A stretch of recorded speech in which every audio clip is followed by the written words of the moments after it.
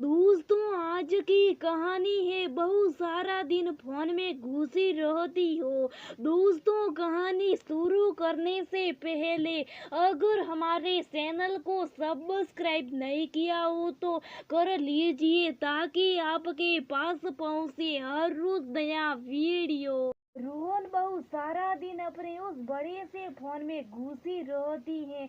आज भी देखो, त्योहार के दिन काम करके वहाँ अपना फोन देखने में मस्त है। रोहन की माँ सुमन ने अपनी बहू जूही के लिए कहा तो रोहन बोला, आप रुकिए मम्मी, मैं देख कर आता हूँ कि क्या कर रही है जूही। हो सकता है उसका कोई जरूरी काम हो, वही कर रही होगी, मैं बुला कर लाता हूँ। देखो, और बोले कि थोड़ा हमारे पास आकर भी बैठा करे, हमारे कांटे नहीं लगे तो उसे शुभ जाएंगे। सुमन ने अपने बेटे को बहू के लिए ताना मारा और वहां से चली गई और रोहन पहुंच गया अपनी बीवी जूही के पास, जो अभी भी अपने फोन में उलझी थी। रोहन को आया देखकर उसने उसकी तरफ देखते हुए पूछा, क्या हुआ रौनक, कुछ चाहिए था क्या? नहीं, पर तुम इस फोन में क्या कर रही हो इतनी देर से? रोहन ने जूही से कहा तो जूही ने सपाट सा उत्तर दिया, कुछ नहीं रोहन, वो सारा काम हो गया तो मैं अपना फोन देखने लगी थी।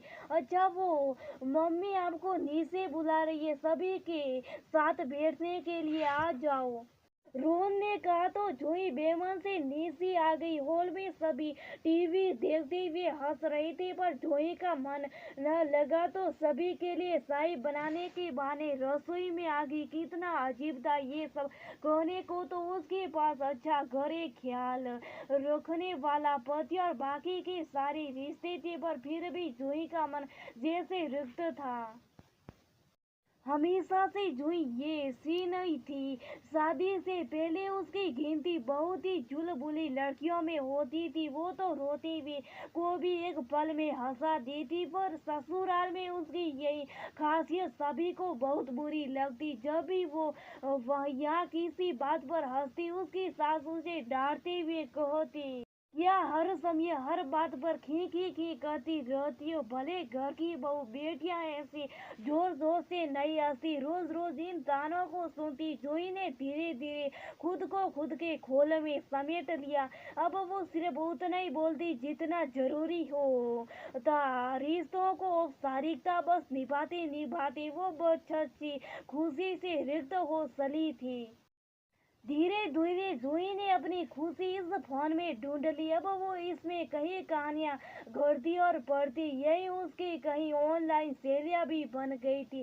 उसके आसपास प्यार और परिवार होते हुए भी उसके अंदर जो रिक्तता थी वो यहाँ भर जाती। वो फोन में खुश रहती, पर उसकी सास से उसकी ये खुशी भी बर्दाश्त नहीं होती।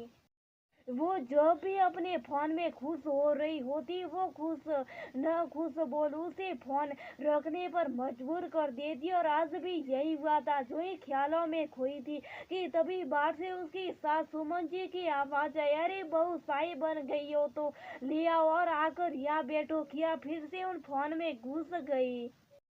एक तो पुरानी यादें और वर्तमान में यूं सास का बात बात पर ताना मारना।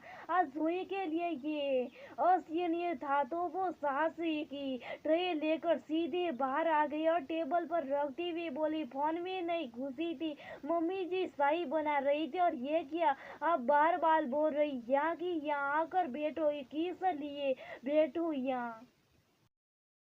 यहाँ बैठकर हंस दूंगी तो आप कहोगी कि इतनी जोर से क्यों हंस रही हो। टीवी देखकर कुछ बोल दूंगी तो सोच समझ कर बोलो, मैं यहाँ बैठूं पर मेरा रिमोट कंट्रोल आपके हाथ में हो, आप कहे तो हंसू, आप शायद तभी बोलो नहीं बैठना, मुझे यहाँ एक सजावटी सामान बनकर दम घुटना है।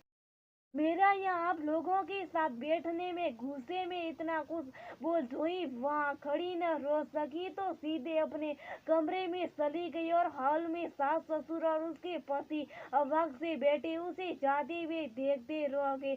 आज रोहन को खुद पर गुस्सा आ रहा था कि उसकी जूही कितना कुछ अकेले सह रही थी, उसकी चुलबुली सी खुशी से भरी जूही।